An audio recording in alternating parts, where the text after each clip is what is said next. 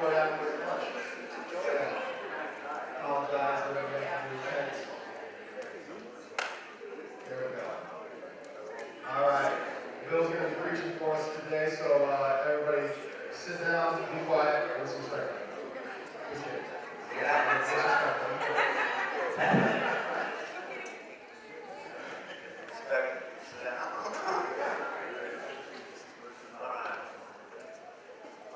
Something real crazy, pray before we get started. How about that? Let's do that. We don't have to ask the Lord to come because He's here. That's a good thing, isn't it? You never have to do that. He said He'd never leave you. Never forsake you. He's always with you. That's a good point. That's a good news. Let's just invite Him into what we're doing. Okay? Or maybe better, let Him invite us into what He's done. Maybe a better way to say it, huh? So let's do that, okay? We do that. So Father, we do. God, our desire today is to have an encounter with you, to meet you on some level today. We want to know you. We want to experience you. And we just thank you that you made yourself available to us through your Son, through the blood of His cross. Father, we thank you that your presence is with us always. So thank you for that. So Lord, we just lift our hearts up to you. Lord, we just ask you, Lord, to look into our hearts, to speak to us, impart to us those things that you desire to give us, speak the words that we need to hear. Give us today our daily bread. We love you.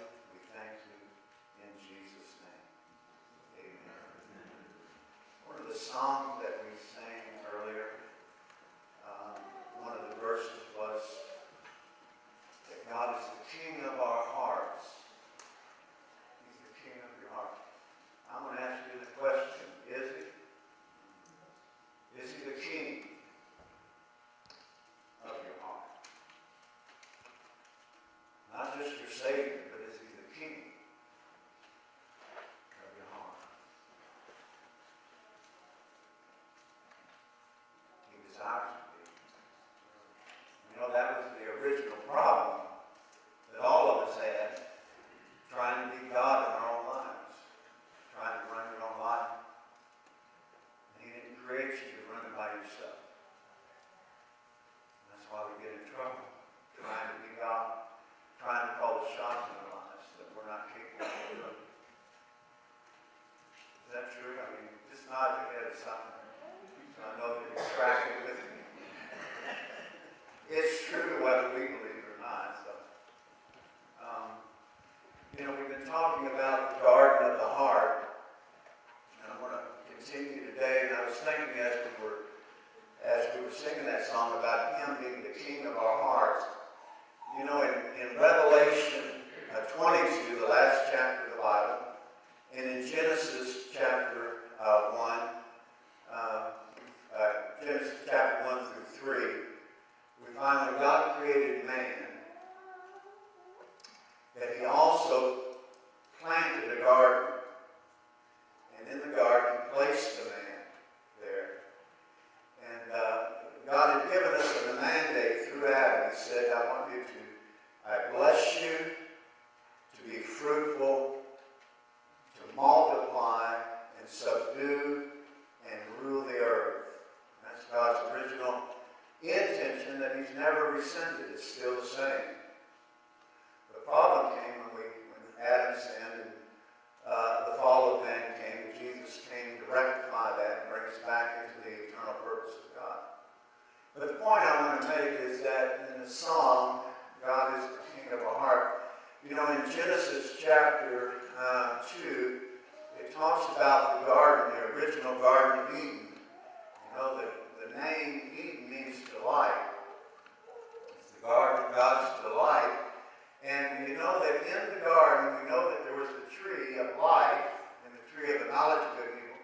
But what else was there besides Adam and Eve? There was a river there. You go back to Genesis 2 and 3, you find that there was a river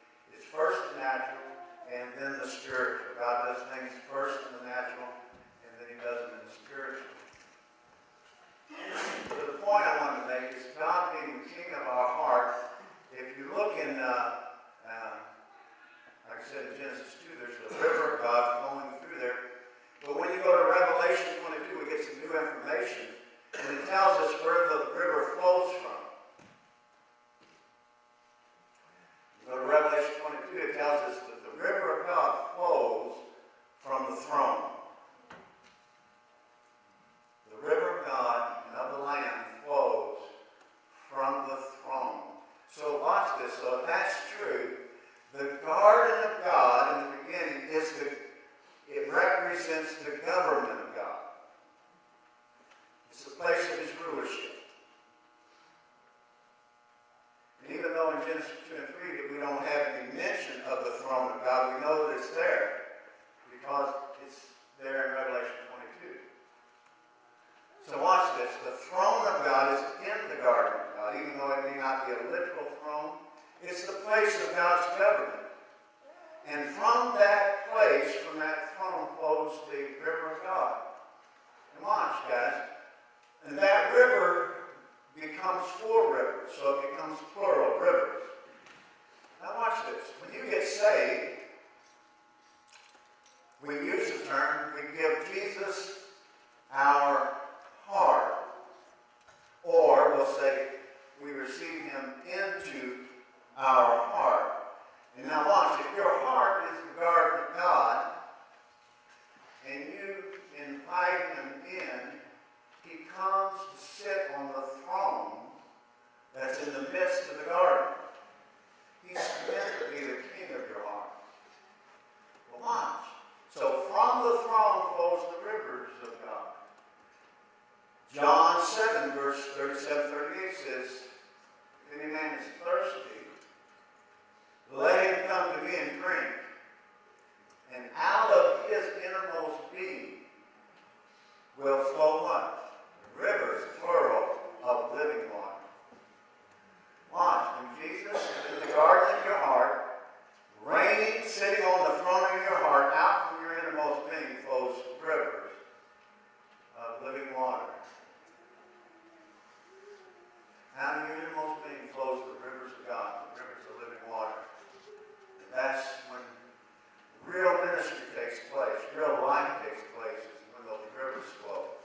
And others get to partake of the rivers that flow out of your heart. So I want to start somewhere. I really feel like the emphasis that God really wants us to get today is about stewardship, understanding what that means, what that looks like. That you are a steward over your own heart in partnership with God, though. But I want you to see something. All right, let me try to get this in. Okay. All right, watch this. When you get saved, again, we use the term, we give Jesus our heart. I gave Jesus my heart. Well, what did you mean by that? What actually took place when you gave him your heart? I want you to understand what actually took place. In the new covenant, which we're a part of, we receive a new heart. Did you know that? You've been given a new heart if you're born again. Watch. When you give Jesus your heart, he takes your heart, renovates it, but he doesn't kill it. This is part most of us miss. You give him your heart, he receives it, he renovates it, and then gives it back to you as a trust. And this is where it breaks down for most people, because we thought, well, I gave Jesus my heart, everything should be good. But listen, he received your heart, he renovated it, and now he gives it back to you to be the steward over it. And the picture that we have in Genesis 2 and 3 is that God placed the man whom he had created in the garden with two responsibilities, and they were to cultivate and to what? To keep. This is interesting. I had never seen this before. While I was just going through different things, preparing for these different messages. In that verse in Genesis 2, when it says that God placed the man in the garden, the word, the word place, is actually a word that's used in another place in the Old Testament for planted. So watch this, here's what it's saying. God planted a garden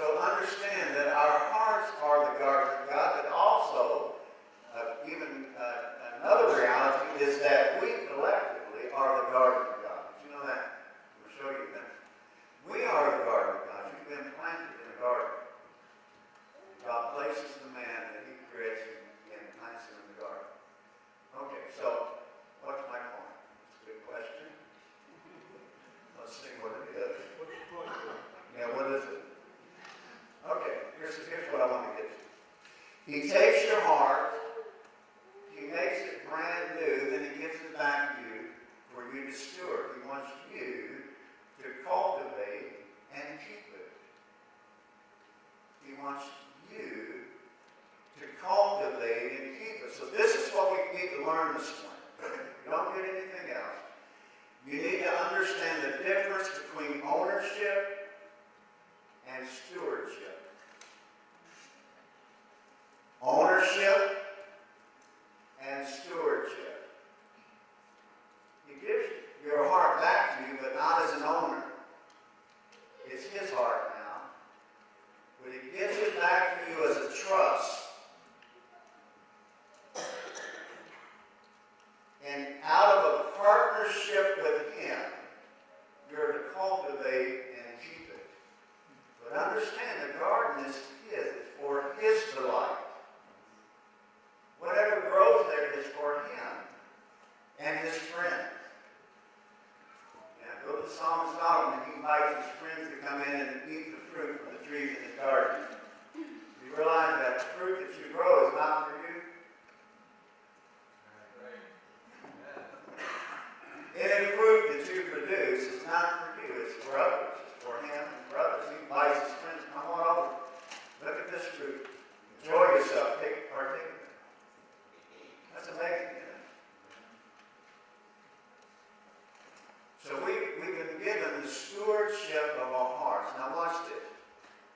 We're stewards.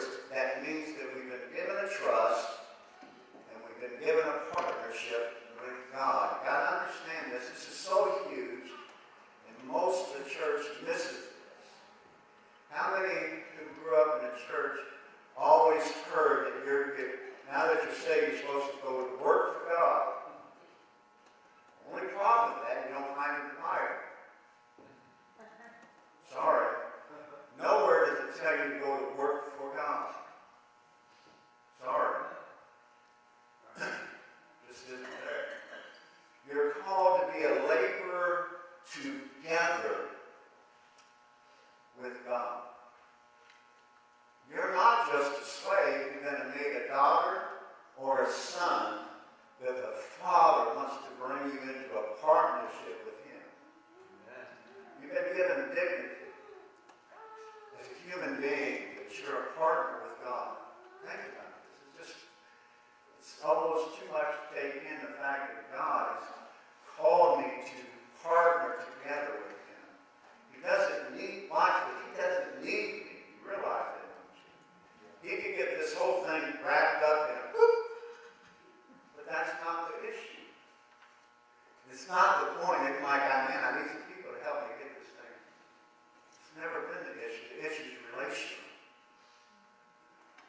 It's relational. The Father wants sons and daughters that he have a relationship with. He wants to do with you and I what he did with Adam in the garden. This is Adam walked with God in the cool of the day. I'd like to hear what they were talking about. I can take a part of it. I don't know everything because it's not written. But I guarantee you, since he placed him in the garden and cultivated and keep it, I would assume a good portion of that conversation was over the garden. What are you growing there? What is that? Oh, show me what you're growing. Okay. Well, you know, if you do this and that, you'll make it grow better. You know, he brings it in. The Father wants intimacy, wants a relationship with you and I. So it's not about getting you to do something.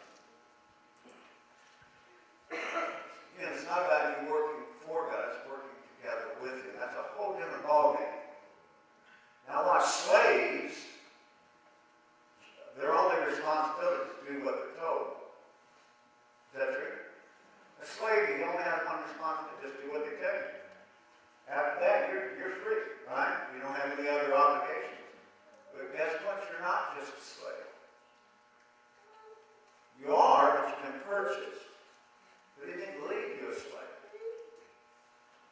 He made you a son and daughter, and he called you into friendship. He said, I'm no longer going to call you slaves. Well, that's what he says. He says, I'm now calling you friends.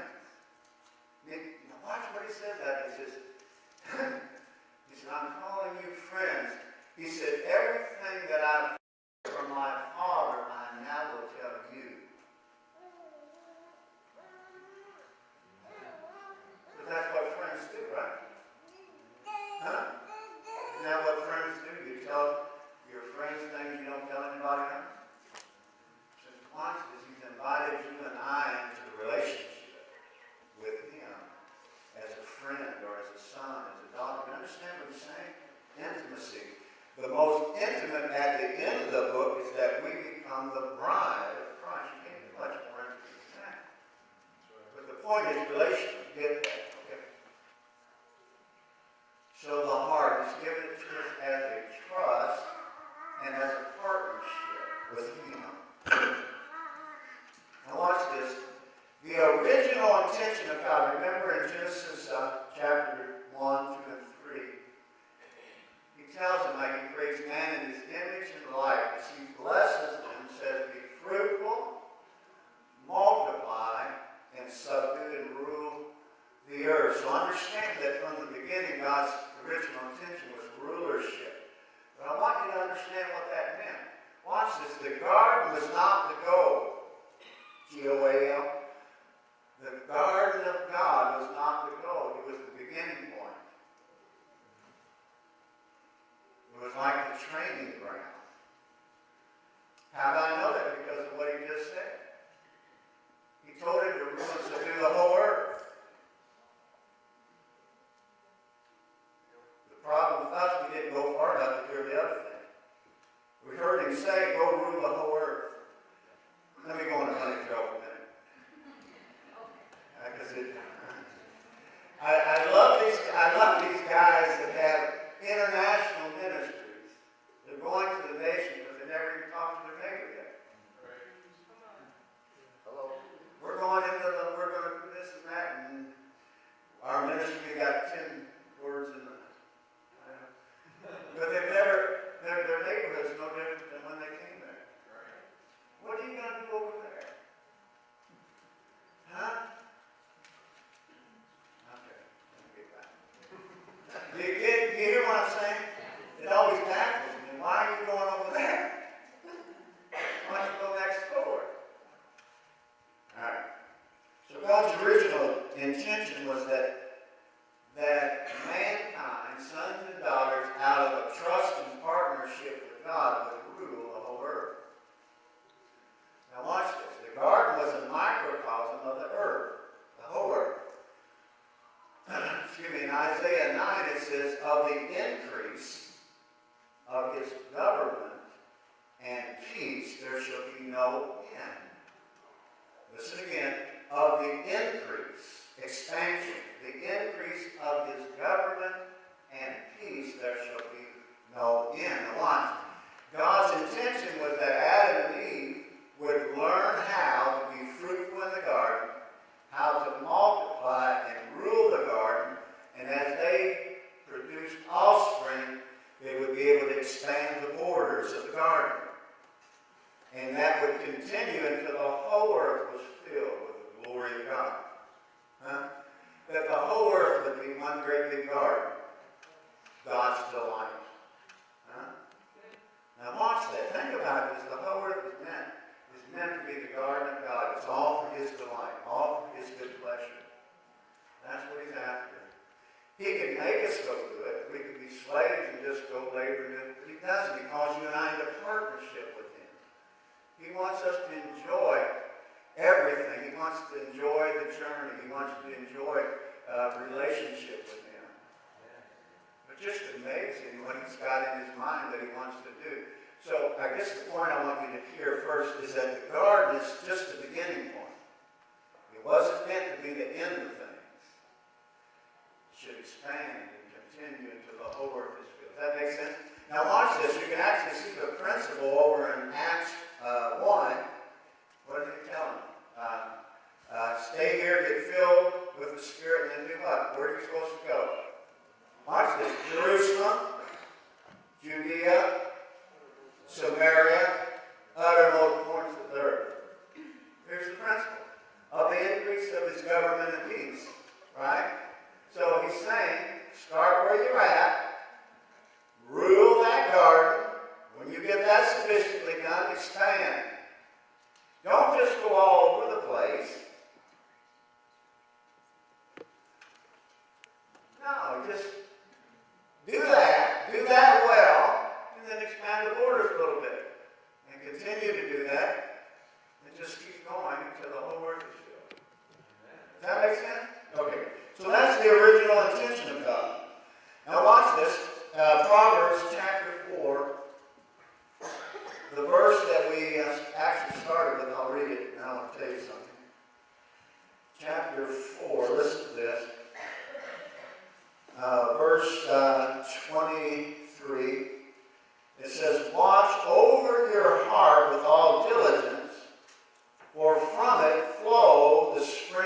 life, or from its flow the springs of life. I told you this before, the word flow is in italics. The reason why it's in italics is because it's not in the original manuscripts. It was added by translators so you could understand what was being said. So if that's true, if that's true, then he's saying out of the heart are the springs of life. But here's the even cooler part. That word that's translated there, springs, is the word for boundaries. It's the word for boundaries. Watch this. It doesn't mean just any boundaries. It's the farthest most boundaries.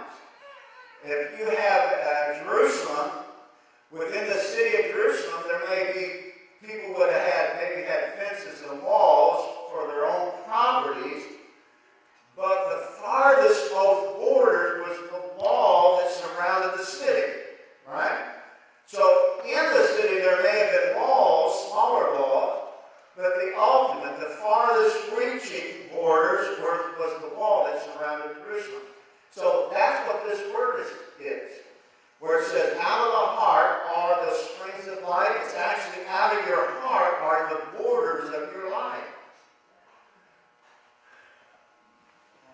Listen guys, this is why this whole reality of cultivating and keeping your heart is so absolutely beyond, I can't even evaluate how important it is.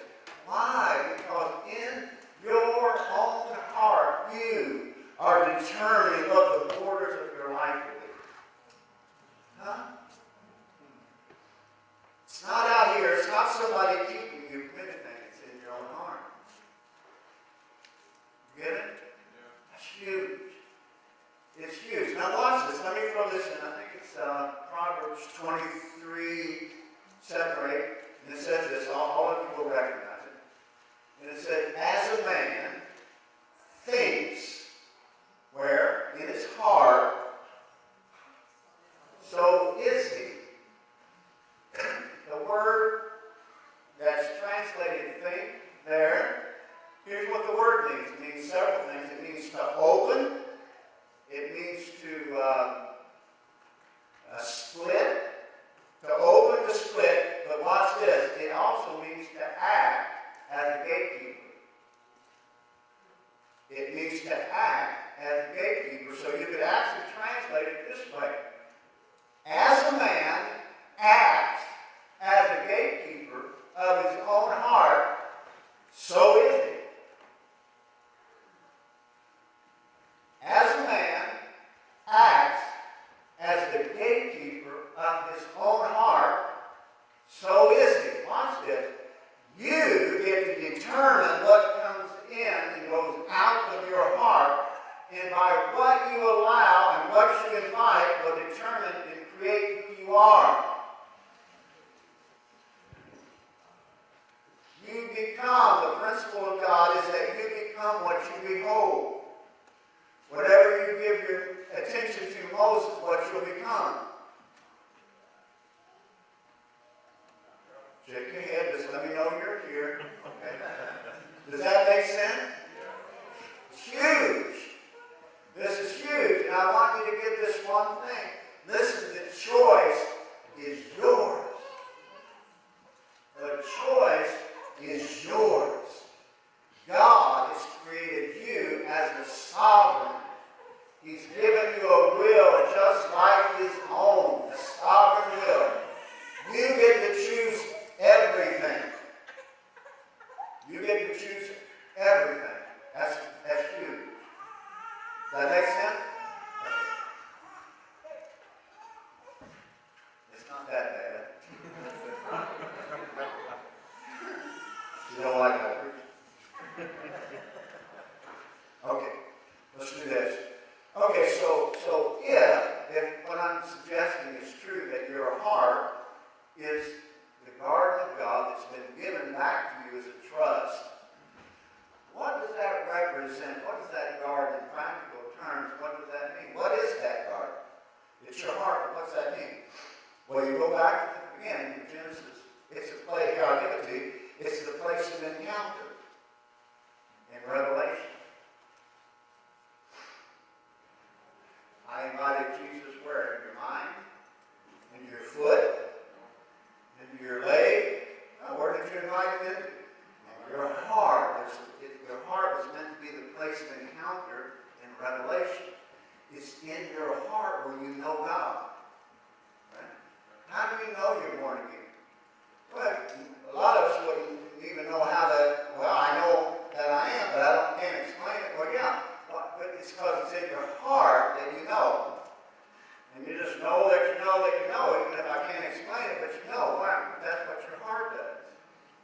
And it's in your heart where you know God.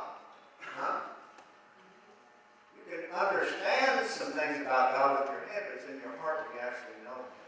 Huh? Okay. So your heart is the place where you walk with God. Remember, Adam walked with God in the cool of the day, in the garden. So your heart is the place where you walk with God. Does that make sense to you?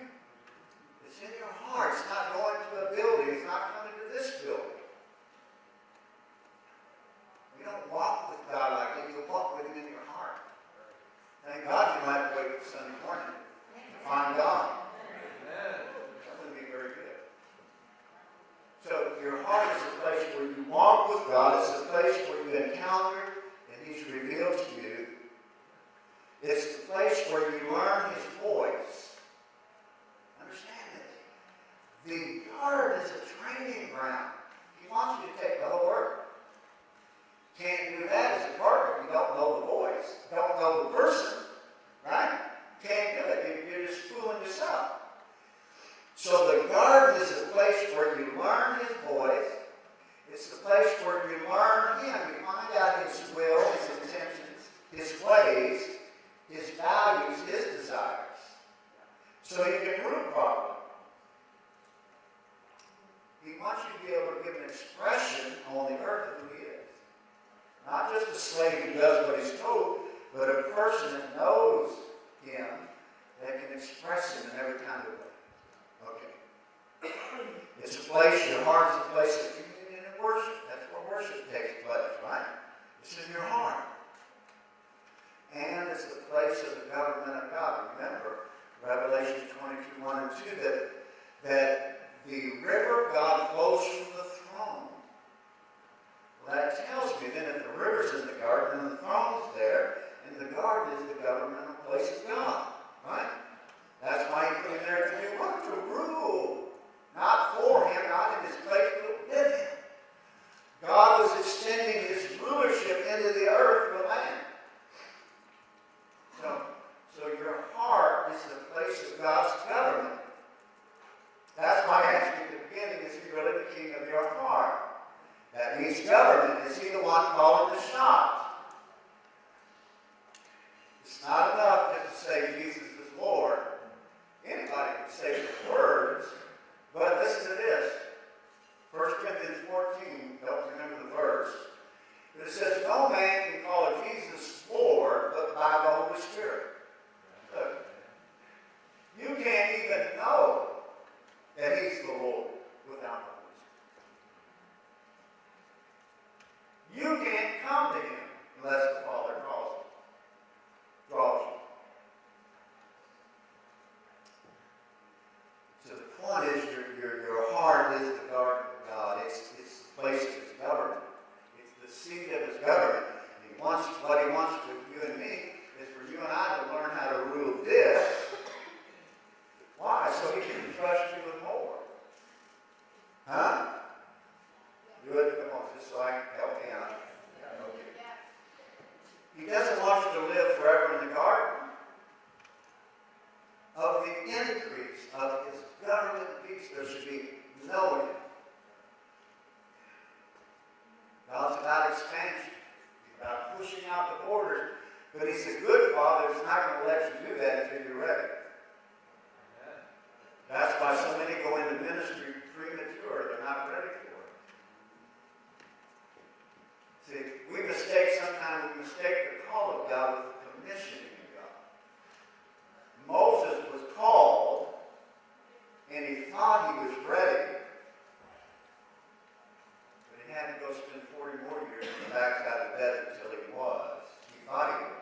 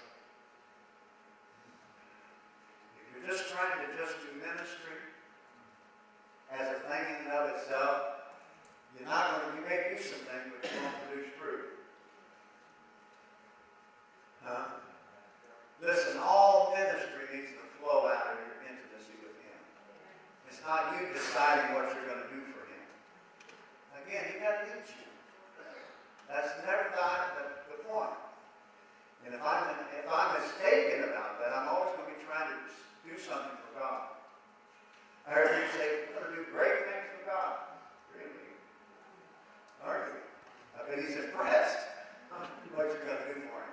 I mean, think about how absurd. What are you going to do for him? No. Listen, guys, out of intimacy, all true ministry flows, all real fruit comes out of there, right? So the heart is the place where you grow in the knowledge of God, personal, intimate knowledge of God, and out of there. Ministry, we don't have to worry. Ministry will come on its own. You can't help but break habit. You just take care of this. Listen, you won't have to go anywhere. He'll bring them to you. I'm dead serious. You take care of this, you won't have to worry about whether you'll have ministry. You'll have more than you can even keep up with. He'll get them to you. Huh? We get the thing backwards. We're trying to do something that's not in place for us. That's why it's so hard. Why so many fail and have so much trouble. Well, they're trying to do something they're not prepared to do. Right? Yeah, okay. All right.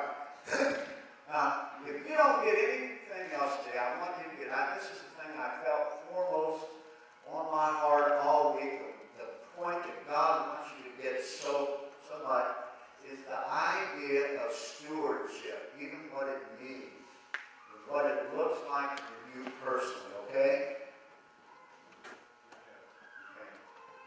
And I want you to see the difference between being an owner and a steward. An owner and a steward. There's a vast difference between the two, okay? All right. Let me give you a couple of verses quickly.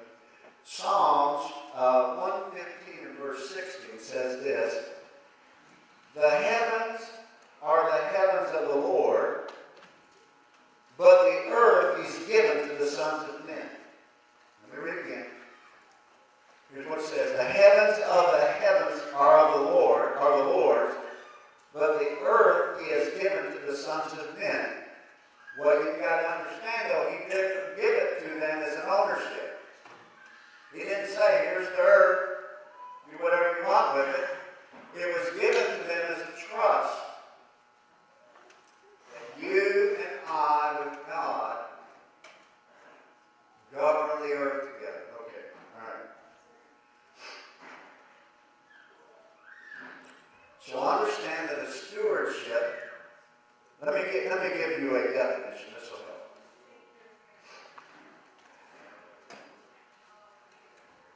I have one somewhere.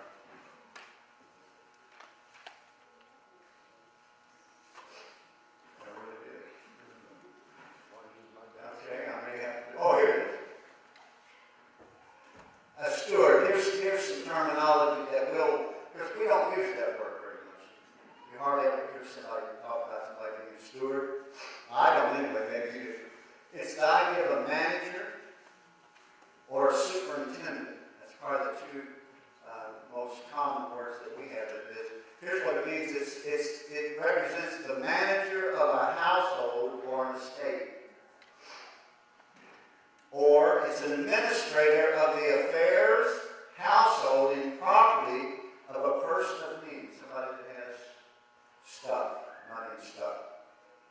Or it could just mean a ruler or a manager of a house. Now see, what we don't have in we have some things like it. But in the days, especially in the days before, in Abraham's time, it was common if you had money that you had a steward. Now, listen to this. They took care of everything for you. Everything. I want to show you. Listen, if you have a Bible, I want you to go with me to Genesis in chapter, I think it's 39. Yeah, 39. Everybody knows who Joseph is. He was the son of Jacob, one of Jacob's 12 sons. And Joseph became a steward. And I want you to see the language that's used to describe that stewardship. It'll help us get a handle on what it actually means. Okay? Now watch this. Go to chapter chapter 39, verse 1. Now Joseph had been taken down to Egypt, and Potiphar, an Egyptian officer of Pharaoh, the captain of the bodyguard, bought him from the Ishmaelites who had taken him down there. And the Lord was with Joseph, so he became a successful man. And watch this, and he was in the house of his master, the Egyptian. Now his master saw that the Lord was with him, and how the Lord caused all that he did to prosper in his hand. Because this man saw that the blessing of God was upon Joseph's life, that everything he did prosper. He was a wise man. He said, this is the guy I want to be the steward over my house. Watch what happens. Next verse. So Joseph found favor in his sight, and he became his personal servant. And he made him overseer. Here's a word that we may sometimes use. Overseer is another term for that, for stewards. So he made him as an overseer over his house. Now watch what it says. And all that he owned, he put in his charge. All that he owned, he put in his charge. Now watch, keep reading. And it came about from the time he made him overseer in his house and over all that he owned, that the Lord blessed the Egyptian's house on account of Joseph. Thus the Lord's blessing was upon all that he owned in the house and in the field. Now watch verse 6. So he left everything he owned in Joseph's charge. And with him he didn't concern himself with anything except the food that he ate. And it goes on about Joseph.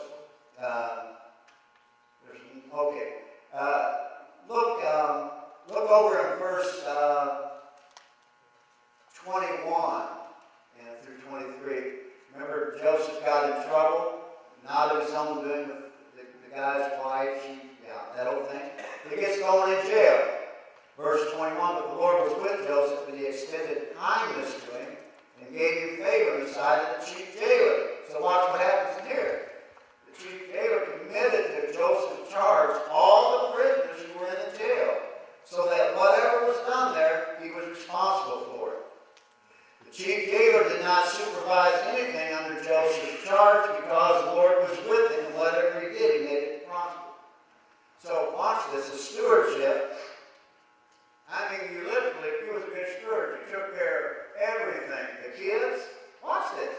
This is somewhat foreign to us. If I was a good steward, they would put me in charge of literally everything. All the finances, all your business dealings, all your fields, your gardens, your flocks, your herds, your children. You made sure you did it all. You took care of making sure they got the best teachers, the whole shebang. You took care of everything. Like you said, he left everything in his charge, everything except what he ate. The point is, everything. So that's what a steward is. Now here's what I want you to understand. This is what God's called you into. He's called you to be a steward over your own heart first. Huh? Does that make sense? Yep. He's called you to be a steward over your own heart. Here's what I want you to do. The premier quality of a steward is what? What would you think it would be? What's the ultimate quality that you would want in someone who is going to be steward over everything that you want? Trustworthy. Yeah, exactly. Trustworthiness, right? Faithfulness. Honesty. You get one of those words. Trustworthiness. Think about it. You're going to trust somebody with everything that you have. So the number one quality is what? Faithfulness or trustworthiness. And this is what the Bible talks about with you. I want to show you a couple places so you can actually see it in the Scripture. In fact, in a number of the parables Jesus spoke about stewards and being given a trust. You can go and read them. I want to show you a couple verses so you can see this.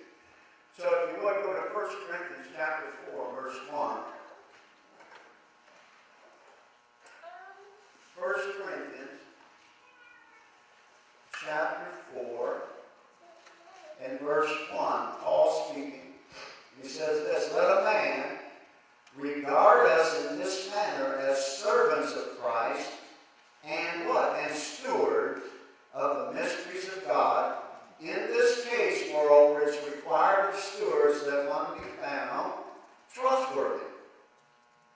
To be a steward is somebody has to be of the utmost dependability, integrity, up here. You're going to entrust your kids, everything that you own to this person. So you've been called as a steward of God over your own heart. Now, go with me quickly to 1 Peter 4. I believe it's verse 10. Yeah, 1 Peter 4, verse 10.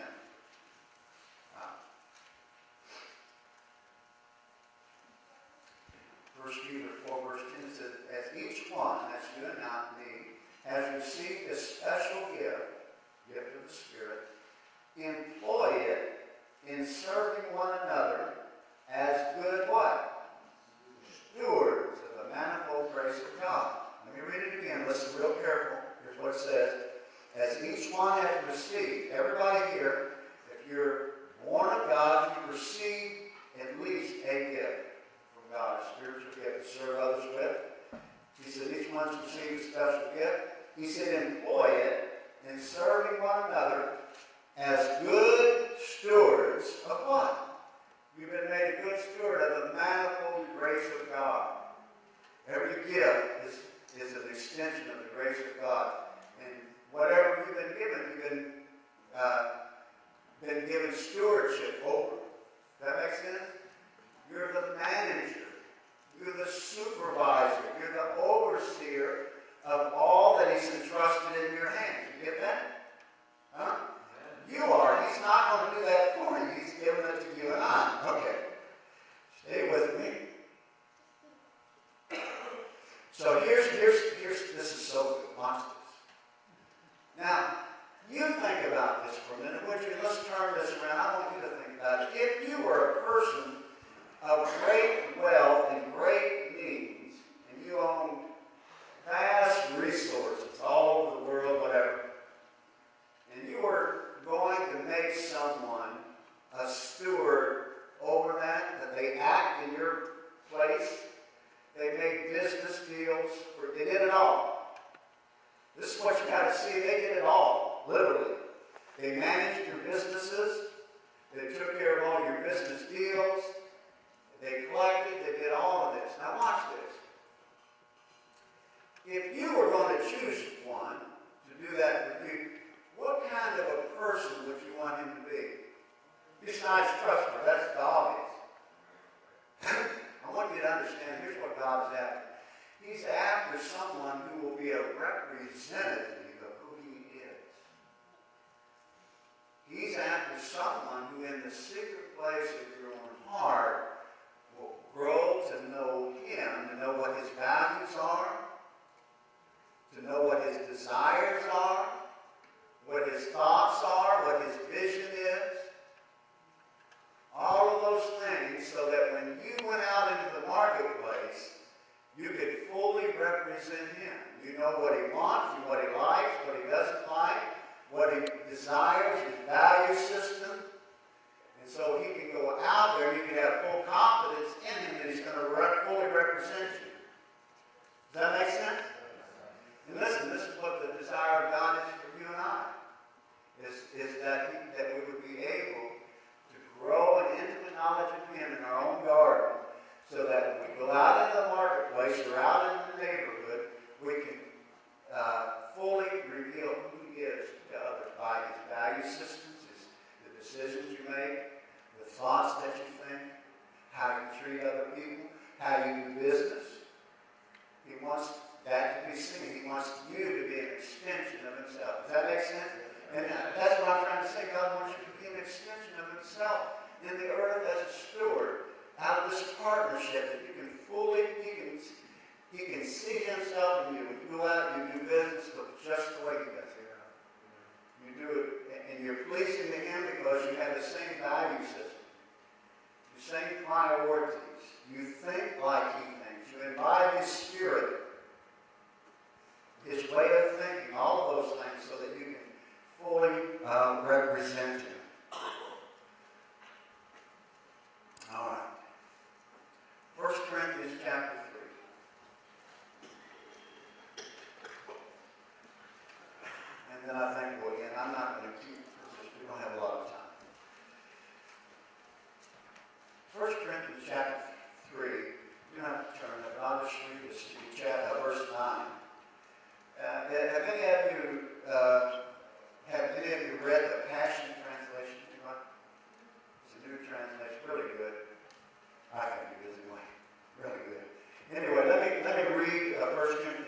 89 from the Passion Translation, what it said.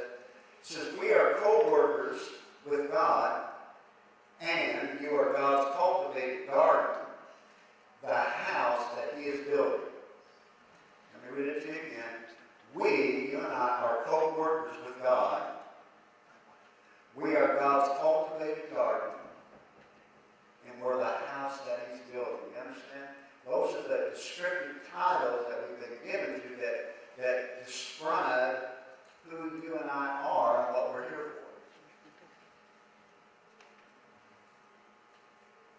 for. Co-workers with God. I mean, every time I read it, this blows my mind. He's called you and I to be a co-worker with him. He wants to be able to entrust the things that are dearest on his heart for you and I, so that we can go out into the place and represent him. Okay? And then we're called to be stewards together. Now, listen to this verse. Most of you know this, Psalms 127:1. Unless the Lord builds the house, they labor in vain who build it. Unless the Lord guards the city, the watchman keeps awake in vain. I can't think of a better picture of what partnership is. It's not me doing it for God, but it's about you and I doing it together with him. Unless the Lord builds the house, we're just fooling ourselves. If he doesn't keep the city, don't even know why you can get in that. You can't do it without him. But this is a beautiful picture of what it means to be in partnership with God and to be a steward over what he has. Okay, I think we'll just, I'm not going to, I do have to give you this. I didn't say it. I didn't say it one more time. One more thing, really. Here it is. Wow, I saw that. I really wanted for you to have this today. Now, a lot of you grew up in the church, or obviously been in the church for some time. And how many of you had impressed upon you the value or the importance in the beginning, especially, of having a quiet time with the Lord? Any of it? A devotional time, whatever. And you know what? That's good. It's good, but it's not the goal. It's just like the garden. The garden's not the goal, it's just the beginning place. Listen to me, guys. A quiet time, it's not the Bible, first of all. A quiet time with God is a good thing, but it should be just the first step. It shouldn't be the goal. The goal is to walk with God all the time. Amen. Learning to hear his voice, interacting with him at all times, not waiting till tomorrow morning when I get alone with him. Amen. Listen, guys, a quiet time is good, but if that's all you ever get to, that's primary, that's kindergarten. That was never meant to be the goal, that I got to have my quiet time. You should have a quiet time all the time. Listen, this is the point of learning to steward your own heart so you can walk with God in your heart, where you're not reliant on a quiet time. Amen. You live there. Amen. We don't visit, we want to live there. That makes sense to you? Yeah. And I'm not in any way saying anything about it, but I'm just saying don't stay there. Don't think because I had that, I've reached the pinnacle of Christian whatever. It's the beginning point. Does that make sense? Yeah. The goal is to fully represent him, to walk with him and me, and I and him, we're walking together and listening to him at all times, giving expression to him. That's the goal, right? That's good enough. Is that enough? All right, let me pray for you. There's so much to say. All right, let's pray. So, Father, we do just ask you. Just ask you, Father, that over each heart, Lord, that you would stamp upon them the things that